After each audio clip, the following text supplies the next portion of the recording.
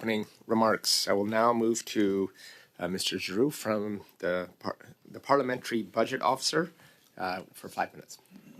Bonjour, Monsieur le Président.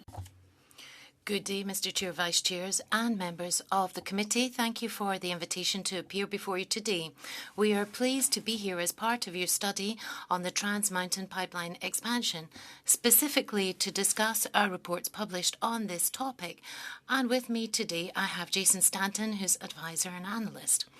Consistent with the Parliamentary Budget Officer's mandate, the PBO's mandate, to provide independent, non-partisan analysis to Parliament, my office has released 3 reports assessing the Government of Canada's 2018 decision to acquire, expand, operate and eventually one day divest of the Trans Mountain Pipeline system. The most recent report was published on June 22nd, 2022, which provided an updated financial valuation of the purchased assets, as well as estimates to the valuation sensitivity to several key factors.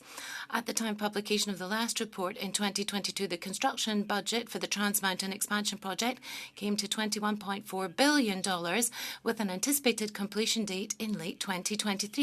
Our assessment was limited to examining the direct financial cost of the pipeline expansion. Any other economic costs or benefits associated with the pipeline were not included in this analysis. I'll now switch to English. Based on our assumptions at that time, we found that the government's 2018 decision to acquire, expand, operate, and eventually divest of the Trans Mountain assets would result in a negative net present value of $0.6 billion. We also conducted sensitivity analysis to illustrate how the value of the Trans Mountain pipeline system would be impacted by changes to certain key assumptions, including in-service date, construction costs, pipeline utilization, future service and tolling frameworks, and discount rate. Since we published our last report, there have been significant developments to the Trans Mountain pipeline system, notably the completion of the Trans Mountain expansion pipeline with a commercial commencement date of May 1st, 2024, and total costs for the expansion project have increased to over $34 billion. At the request of this committee, we have undertaken work to update our analysis. In June, we sent an information request to the Minister of Finance to obtain the most recent comprehensive data available for the Trans Mountain pipeline system. We did receive all the requested information, although it is confidential for commercial reasons. We are currently working on the analysis and plan to release our report late next month. Jason and I would be pleased to respond to any questions you may have regarding our analysis of the Trans Mountain pipeline system or other PBO work. Thank you, Mr. Chair. Thank you for your opening remarks. We will now proceed to our first round of questions, and we will begin with Ms. Stubbs for 6 minutes. Thanks, Chair. Thank you to all the witnesses for being here today.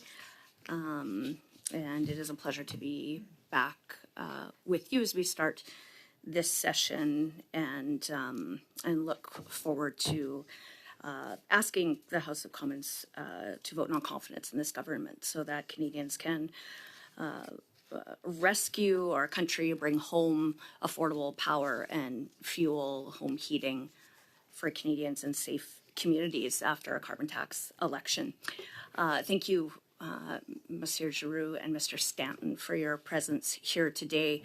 It's a little bit like Groundhog a Day as a person who's been elected since 2015 and has worked in many ways on this particular issue. To be clear, Conservatives always opposed the government purchase of the Trans Mountain expansion. Our view was that the federal government had to give legal and political certainty for the private sector proponent to be able to complete its federally approved project in federal jurisdiction on budget and on time, which, as you know, would have been 340% less and in service by 2019. This is yet another example, perhaps the most important example of the destruction and damage to the Canadian economy and confidence in Canada as a place to get big projects built after 9 years of the anti-energy NDP-Liberal government.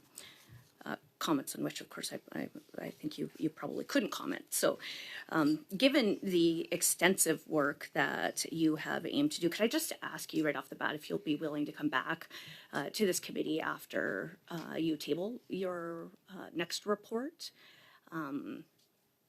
It would be a pleasure if the committee wishes to hear us again. Thank you. For more just to get a sense of your comprehensive analysis.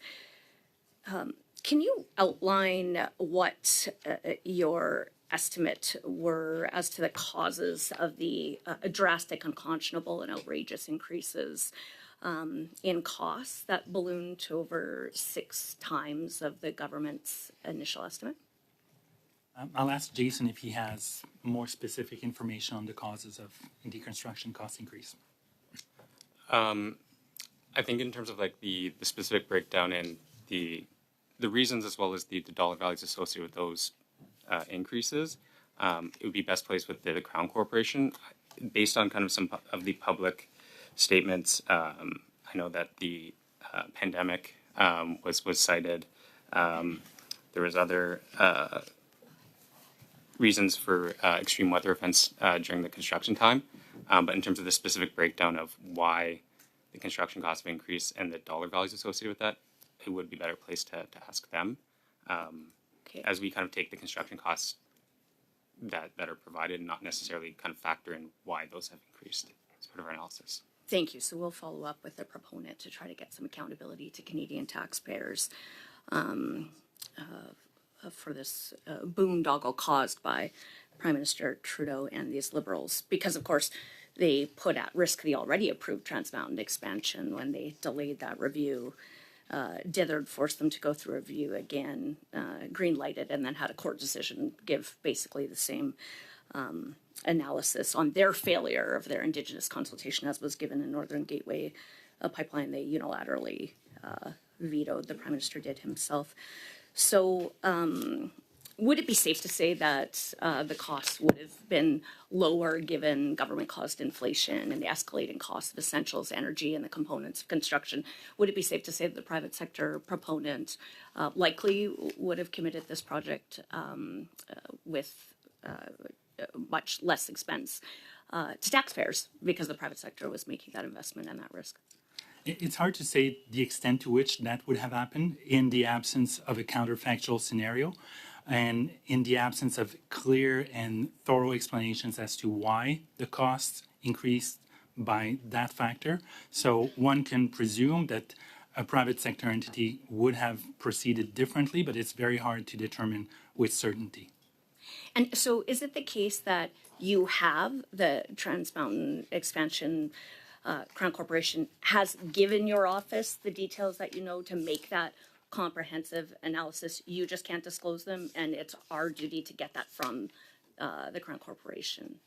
So we have the data, the financial data that allows us to determine whether it will be the net present value of future cash flows, taking into account construction costs so far. So we have that. Some of it is commercially sensitive, so we can't disclose the details. What we don't have is the detailed breakdown of the construction costs and the reasons for the change in construction costs versus the 2018 estimates, the 2020 estimates, and the 2022 estimates. Okay.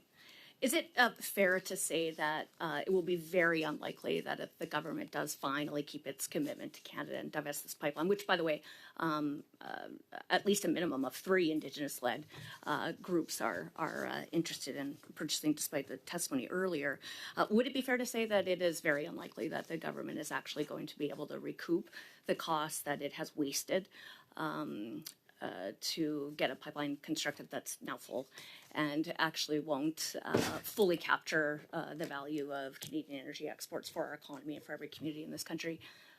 Is it fair to say that the government is not going to be able to make taxpayers whole with the divestiture if that ever actually happens? Well, based on our 2022 analysis, we found that the net present value was negative of the pipeline, and that was when construction costs were at $20 billion, slightly more than that. So with construction costs having increased to $34 billion, we still have to complete the analysis, but it suggests that, as Madame Levin indicated in her opening remarks, tolls will have to increase, or the sale value will have to be less than the construction costs and the net present value of future revenues. Thank you, Mr. Giroux. Thank you, Ms. Tubbs. Your time's up.